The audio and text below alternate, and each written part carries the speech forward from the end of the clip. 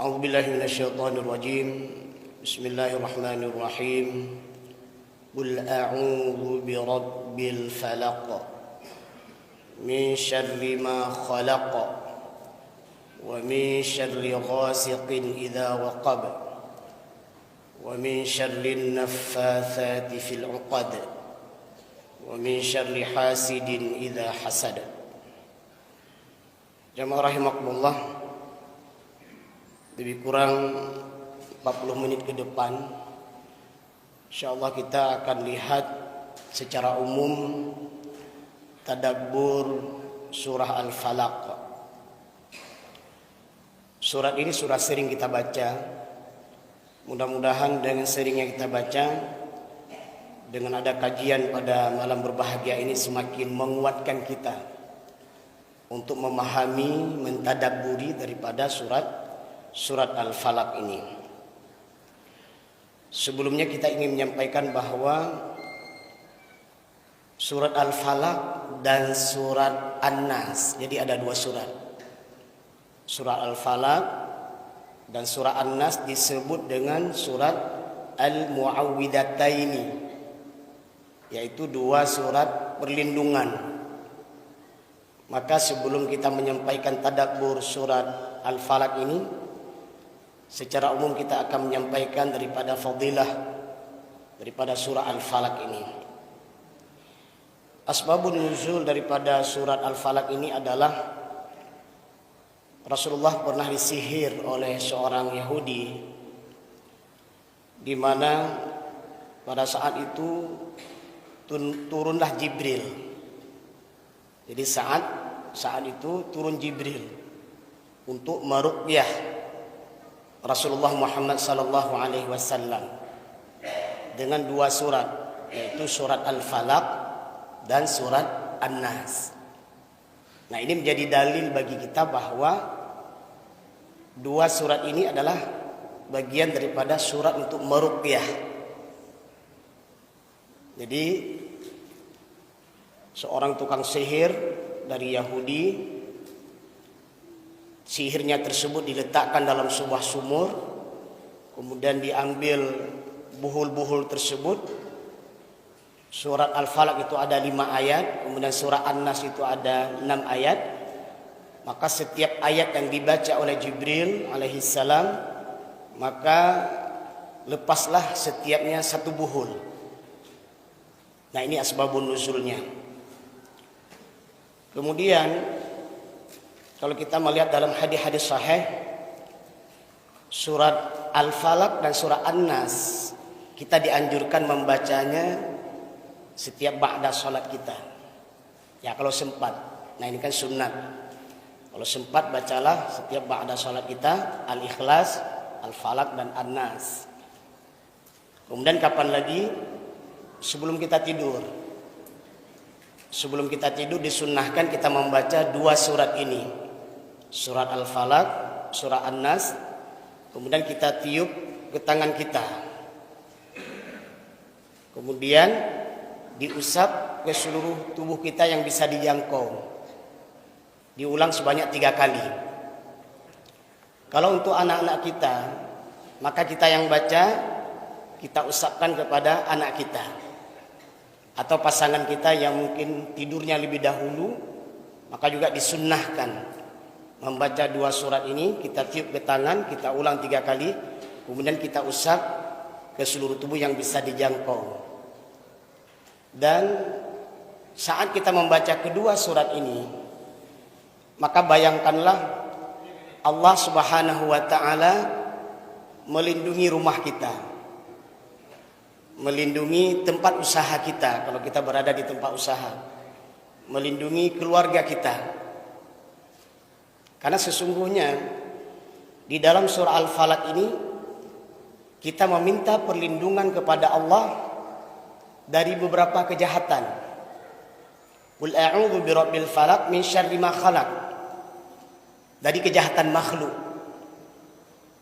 Apakah makhluk Allah itu yang berbentuk manusia, berarti pencuri, penjahat, begal, apapun namanya, atau binatang-binatang berbisa, binatang buas, atau kejahatan-kejahatan yang lainnya dari makhluk Allah. Kemudian wa min syarri ghasiqin idza waqab, dari kejahatan malam apabila telah gelap gulita. Jadi dalam kondisi keadaan malam yang gelap gulita itu, ini berbagai macam kejahatan bisa terjadi. Maka surat Al-Falaq ini adalah berbicara tentang keimanan. Bagaimana keimanan kita kepada Allah untuk minta perlindungan kepada Allah dari kejahatan makhluknya, kejahatan malam apabila telah gelap gulita. Kemudian selanjutnya apa lagi? Wa min syarrin naffatsati fil uqad, dari kejahatan tukang sihir. Nah, di sini kalimatnya muannas, ya. Jadi buhul-buhul yang ditiup oleh itu oleh siapa? Oleh tukang sihir wanita. Jadi karena kekuatan sihir itu biasa lebih hebat kalau tukang sihirnya itu wanita. Maka kalau kita nonton film dulu ada namanya nenek lampir, tidak ada kakek lampir.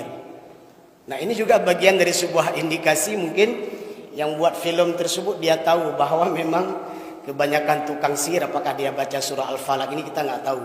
Naffatsat, buhul-buhul yang ditiup itu oleh tukang sihir wanita. Kemudian yang terakhir, kita juga meminta perlindungan kepada Allah dari para pendengki. Nah, ini pelakunya siapa? Manusia. Selanjutnya, surat Al-Falaq ini adalah bagian daripada sebuah surat yang mengajarkan kepada kita untuk meminta perlindungan. Meminta perlindungan itu adalah ibadah. Maka tidak boleh meminta perlindungan kepada selain Allah Subhanahu wa taala, tidak boleh. Kalaupun kita minum obat, maka kita baca basmalah. Setelah sembuh kita baca alhamdulillah. Kenapa? Karena hakikat yang menyembuhkan itu Allah. Wa idza maridtu fahuwa yashfin. Itu diabadikan dalam Al-Quran. Nabiullah Ibrahim alaihissalam, beliau ketika sembuh maka beliau mengatakan wa idza maridtu fahuwa yashfin, yang menyembuhkan saya itu Allah. Nah, ini harus kita fahami. Selanjutnya, mudah-mudahan dengan kita memahami surat Al-Falaq ini, maka menjadi sebuah kekuatan bagi kita dalam menghadapi berbagai macam bentuk kejahatan. Jamaah rahimakumullah. Mari kita lihat beberapa hadis Rasulullah sallallahu alaihi wasallam. Dalam sahihnya Imam Muslim meriwayatkan dari Uqbah bin Amir radhiyallahu an bahwa Rasulullah bersabda, "Tahukah engkau ayat-ayat yang telah diturunkan malam ini tidak pernah ada menyerupainya sama sekali?" Kemudian beliau mengatakan, "Qul a'udzu birabbil falaq." Sedangkan dalam At-Tirmizi, An-Nasa'i dan Ibnu Majah, Rasulullah SAW berlindung dari mata jahat jin dan manusia. Ketika turun Al-Mu'awwidhataini, beliau memaknainya dan meninggalkan yang lain. Jadi dalam perjalanan hidup kita juga ada namanya kejahatan ain. Ain itu bisa kena dua. Satu, kalau terlalu cinta, maka disunnahkan membaca Masya Allah, la quwata illa billah, Masya Allah, tabarakallah, la haula wa la quwata illa billah. Kita terlalu cinta dengan pasangan kita, terlalu cinta dengan anak-anak kita, terlalu cinta dengan harta kita, maka bacalah Masya Allah, la quwata illa billah. Sebagian mobil kadang-kadang kita melihat ada tulisan di belakangnya, Masya Allah, la quwata illa billah. Nah, ini kalimat ini kita ucapkan adalah supaya kita tidak kena ain. Itu satu.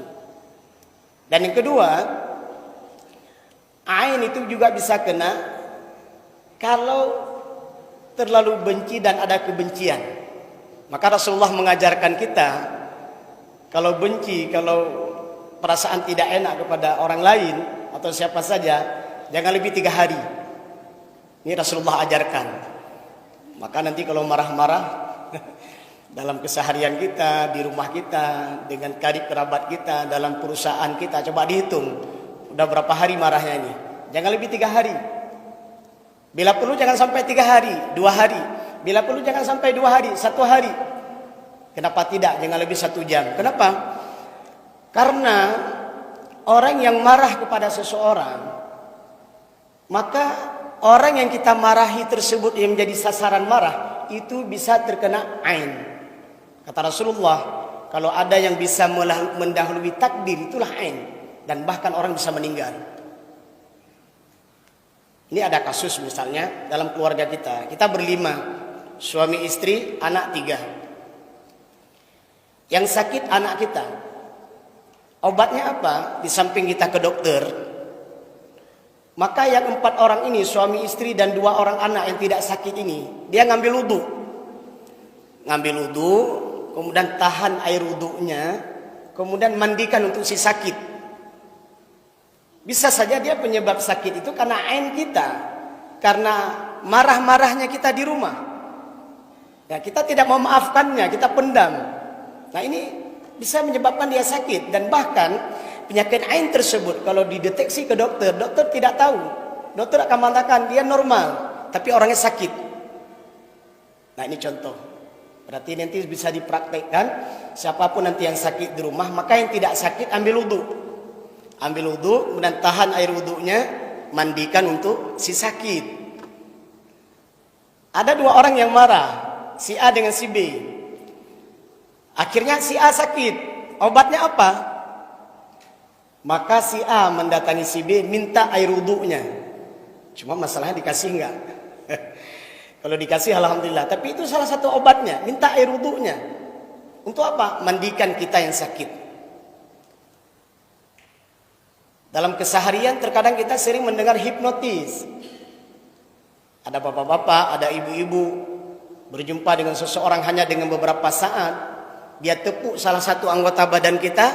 Saat itu beberapa detik atau bahkan menit kita nggak sadar. Maka diambillah semua apa yang kita miliki. Nah, ini hipnotis, juga sihir matanya, sihir gerakannya. Maka disunnahkan sebelum kita berangkat, sebelum kita bekerja, sebelum kita berbuat, minimal baca A'udzu billahi minasyaitonir rajim, bismillahirrahmanirrahim, baru berangkat.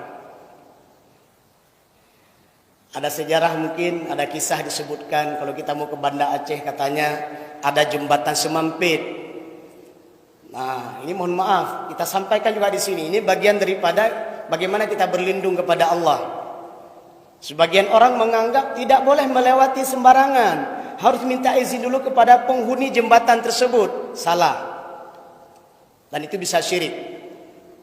Jadi caranya bagaimana? Cukup bacakan sebelum kita berangkat atau saat berada di situ, bacakan A'udzu billahi minasyaitonir rajim, bismillahirrahmanirrahim, atau bacakan 2 surat ini. Habis itu lewat, nggak masalah, aman insyaallah.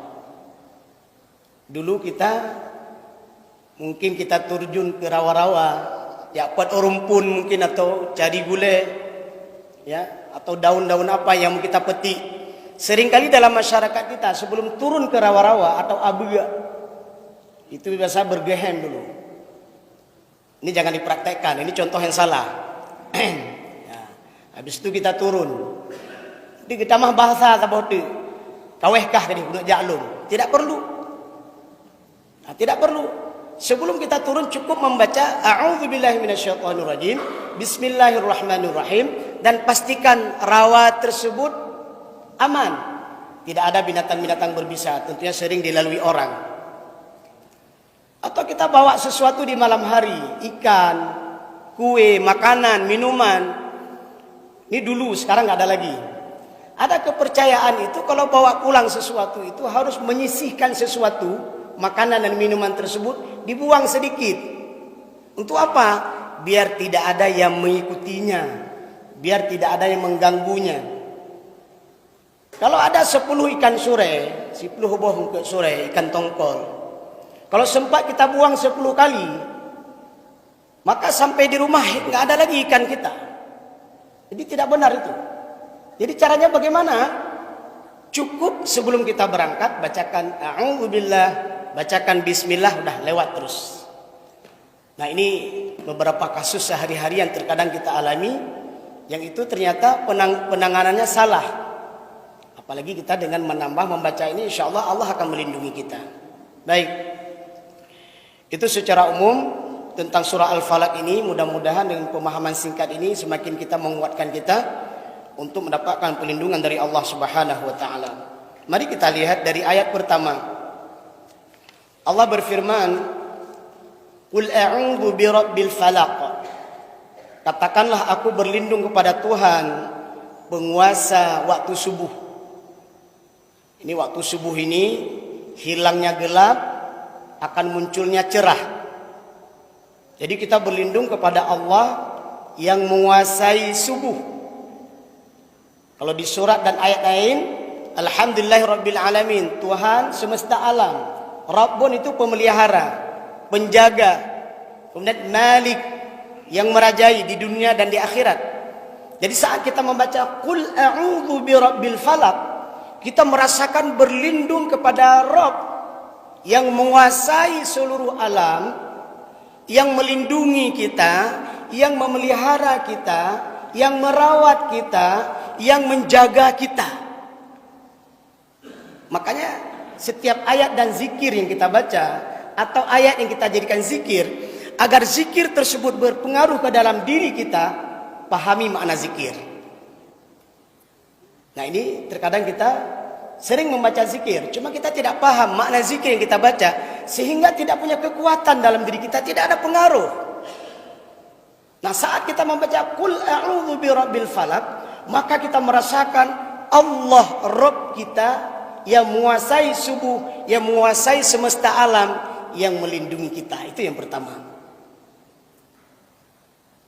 Maka di sini sekaligus diajarkan kepada kita, tidak boleh meminta perlindungan kepada selain Allah. Mungkin sudah pernah dibahas bentuk-bentuk ajimat, ya. Nah, tidak boleh. Kita masih melihat dalam masyarakat kita, kalau anak-anak kecil yang sakit itu diberikan kalung. Kemudian di kalung itu ada pelaken sedikit. Nah, kita juga nggak tahu untuk apa pelaken ini. Nah, ketika kita tanya untuk apa? Untuk perlindungan. Salah, tidak perlu. Saya pernah meruqyah seorang anak. Itu dalam waktu 1 bulan nangis. Kebetulan dibawa dan berjumpa dengan kita. Nah, saat kita berhadapan, kita melihat ada kalung. Ada kalung di lehernya, kemudian ada pelaken sedikit. Nah, kita diskusi dengan orang tuanya. Pak, izinkan kami memotong kalung tersebut. Boleh nggak? Boleh. Nah, setelah kita potong, kita bacakan ayat kursi. Kemudian kita bakar.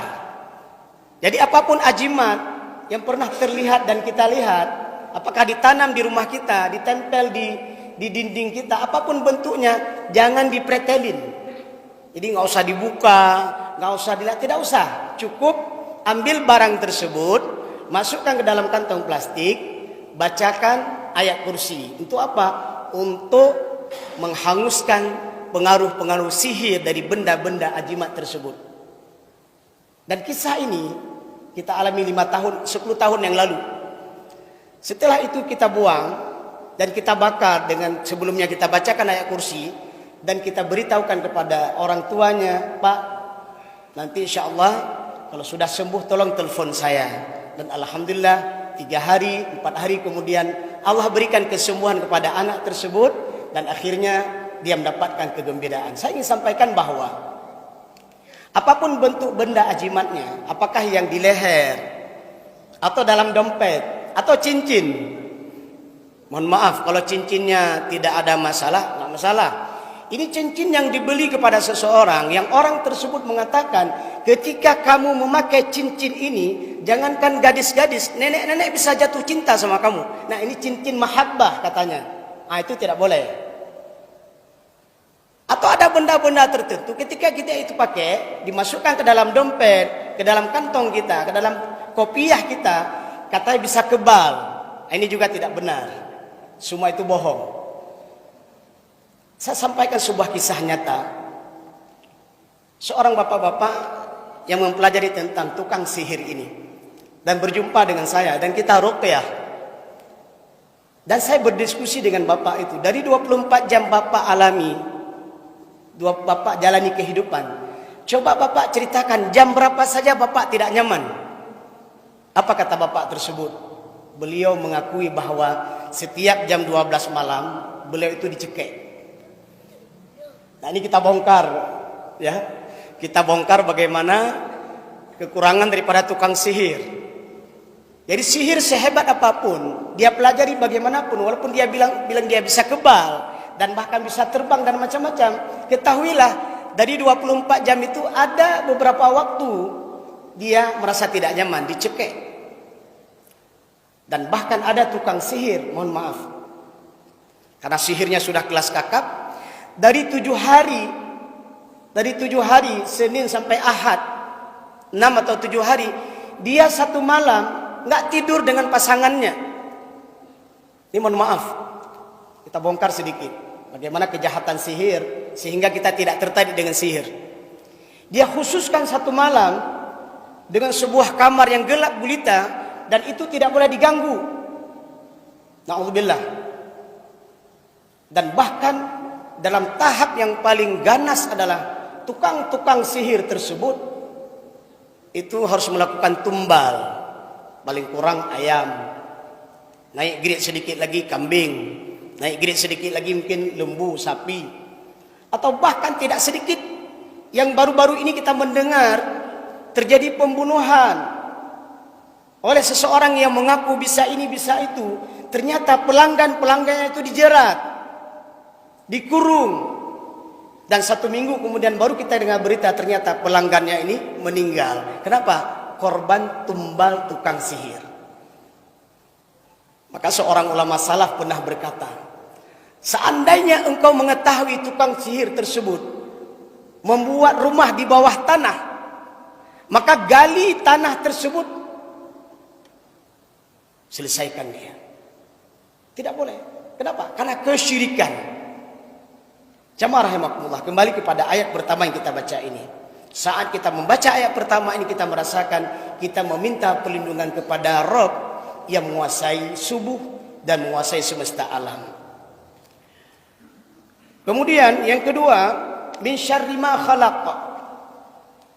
Kita berlindung kepada Allah dari kejahatan makhluk. Kita di sini ingin menyampaikan bahwa sumber kebenaran itu dari Allah. Sumber kejahatan itu dari iblis dan syaitan. Jadi sampai hari ini segala bentuk kejahatan dan kezaliman itu sumbernya dari mana? Dari iblis dan syaitan. Maka saat kita menghadapi berbagai macam tantangan dan cobaan dan fitnah, min syarri ma khalaq, dari kejahatan makhluk, apakah itu manusia, pencuri, begal, perampok, maling, atau binatang-binatang berbisa, dengan membaca surah Al-Falaq di ayat kedua ini kita membayangkan tidak ada yang bisa memberikan mudarat kalau Allah tidak izinkan. Ya, ini harus kita yakini. Ada sebuah kisah di negeri Arab sana, di mana daerah tersebut dikuasai oleh tukang sihir. Siapapun yang akan melangsungkan pernikahan itu harus ada izin dengan tukang sihir tersebut. Singkat cerita, ada seorang pemuda, dia ingin melangsungkan pernikahan tanpa harus minta izin pada tukang sihir tersebut. Dia datangi seorang ulama yang soleh. Dia minta petunjuk dan mau'izah. Akhirnya ulama tersebut mengajarkan kepada pemuda ini sebelum menikah, jaga sholat 5 waktu berjamaah, itu 1. Amalkan zikir pagi dan sore. Nah ini kalau kita lihat ada dijual itu zikir kecil itu al-ma'thurat. Nah itu zikir pagi dan sore. Ada yang sughra, ada yang kubra. Ada yang bahkan lebih banyak lagi. Minimal yang sughra, minimal. Itu amalkan pagi dan sore hari. Kemudian jadikan Al-Quran sebagai zikir tertinggimu. Minimal 1 hari baca 1 halaman. Cuma itu. Dan dia melangsungkan pernikahan. Dari awal pernikahan sampai beberapa hari kemudian tukang sihir ini tidak bisa melontarkan sihirnya. Nah, ini untuk pegah Pak Urundon. Inilah bagi tubuh sebenarnya. Nah, kalau pagar tubuh atau pagar tubuh yang dipahami oleh tukang sihir berbentuk kertas ditempel, berbentuk ikat pinggang, berbentuk tali pinggang, berbentuk tali leher, itu ajimat, salah. Pagar tubuh yang benar adalah, pelindungan yang benar adalah menjaga salat 5 waktu berjamaah, kemudian menjaga zikir pagi dan sore, kemudian menjaga wirid bacaan Al-Quran kita, mungkin ditambah dengan salawat, ditambah dengan ibadah-ibadah sunat kita. Insya Allah dengan izin Allah, seberapa hebat pun kekuatan sihir tidak akan mempan. Kenapa? Allah sudah berfirman, Allahu waliyul ladina amanu.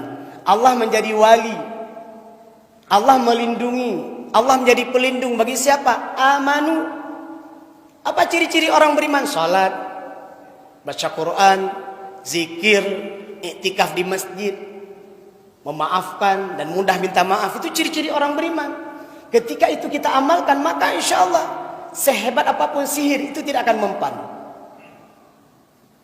Baik, min syarri ma khalaq.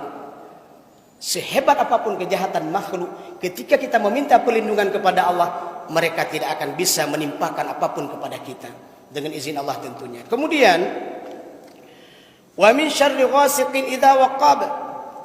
Dari kejahatan malam apabila telah gelap gulita. Kata ghasiq berarti malam, berasal dari kata ghasaqa yang berarti kegelapan. Maka tukang-tukang sihir tersebut itu bekerja di malam hari. Contoh, ada kasus, dia akan meniupkan sihirnya ke rumah-rumah tertentu. Misalnya ada rumah A, rumah B, rumah C. Nah, saat akan menuju kepada rumah C, maka sihir tersebut melewati rumah A, melewati rumah B. Kalau rumah tersebut kurang zikir, maka tidak menutup kemungkinan sihir yang akan ditujukan kepada rumah C itu nimbrungnya kemana? Di rumah A atau rumah B. Maka kan ada sunnah Rasulullah kalau sore hari itu. Apa kata Rasulullah?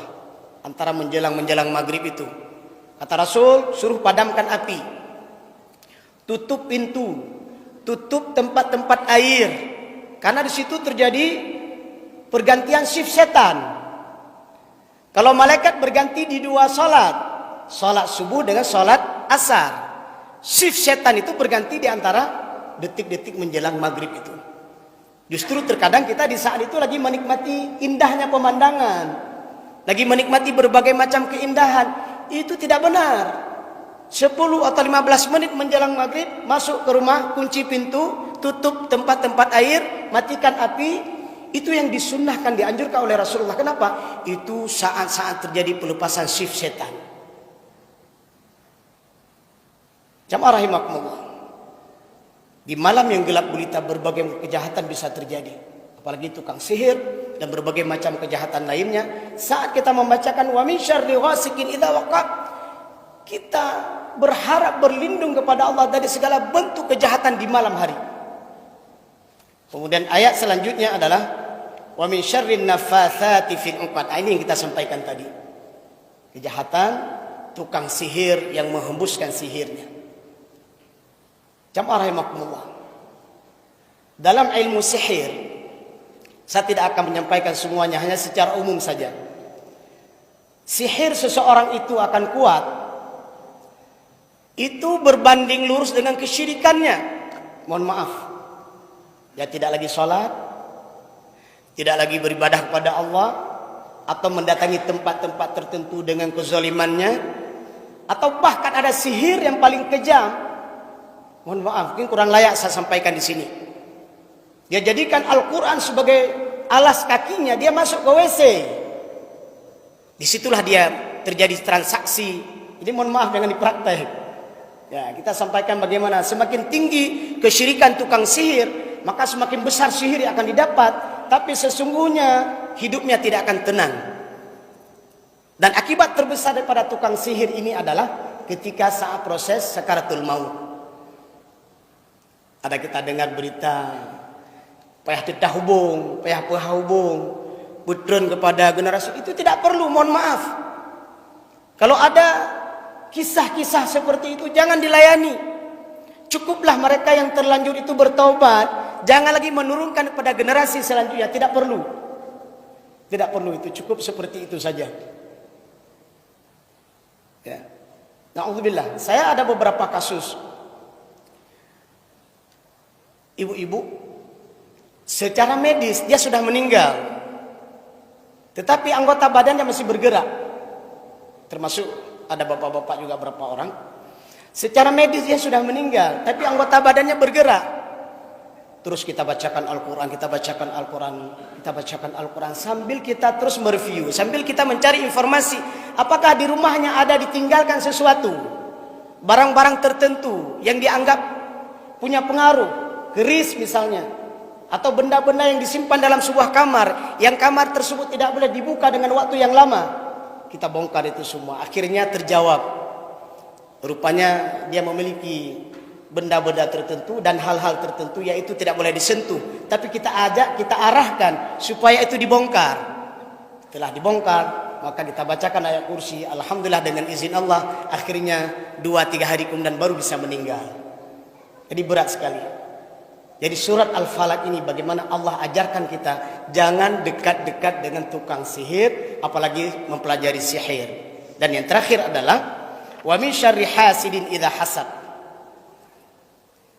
Kita berlindung kepada Allah dari orang yang mendengki idza hasad. Ayat ini mengajarkan kepada kita bahwa semua orang punya potensi hasad. Semua orang. Saya, Anda, yang lain, semua punya. Hanya saja apakah kita hasad atau tidak? Hasad itu ada 4 tingkatan. Tingkatan yang pertama adalah ketika melihat nikmat pada orang, dia berharap nikmat tersebut pindah dari orang tersebut, hilang dari orang tersebut dan pindah ke dia. Itu tingkatan pertama. Tingkatan di bawahnya adalah hanya saja dia mengharap nikmat tersebut hilang dari orang itu dan tidak pindah ke dia. Tingkatan yang ketiga adalah kalau melihat seseorang dalam kekurangan, maka dia berharap agar orang tersebut terus dalam kekurangan. Kalau dia miskin, dia berharap kalau bisa miskin saja, jangan jadi orang kaya. Nah ini hasad. Dan yang terakhir adalah tingkatan yang keempat. Jangan sampai ada orang di sebelahnya, ada orang di sekitarnya memiliki kekuatan dan kemampuan di atas kemampuan dia. Ini hati-hati, hasad. Jadi paling kurang ada 4 itu.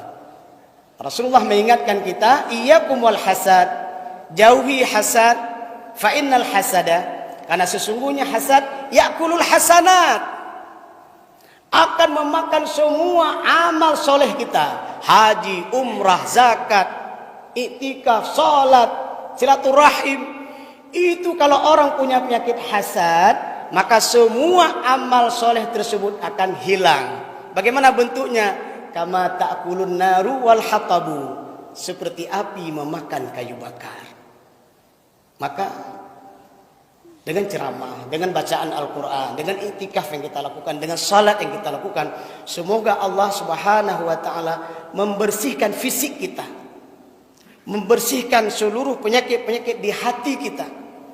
Illa man atallaha biqalbin salim. Semoga kelak saat kita berjumpa dengan Rabb kita, hati kita selamat, akidah kita selamat, hati kita bersih. Itulah yang akan mendapatkan surga Allah Subhanahu wa taala. Semoga bermanfaat. Mohon maaf dan terima kasih. Subhanakallahumma wa bihamdik, asyhadu an la ilaha illa anta, astaghfiruka wa atubu ilaika. Assalamualaikum warahmatullahi wabarakatuh.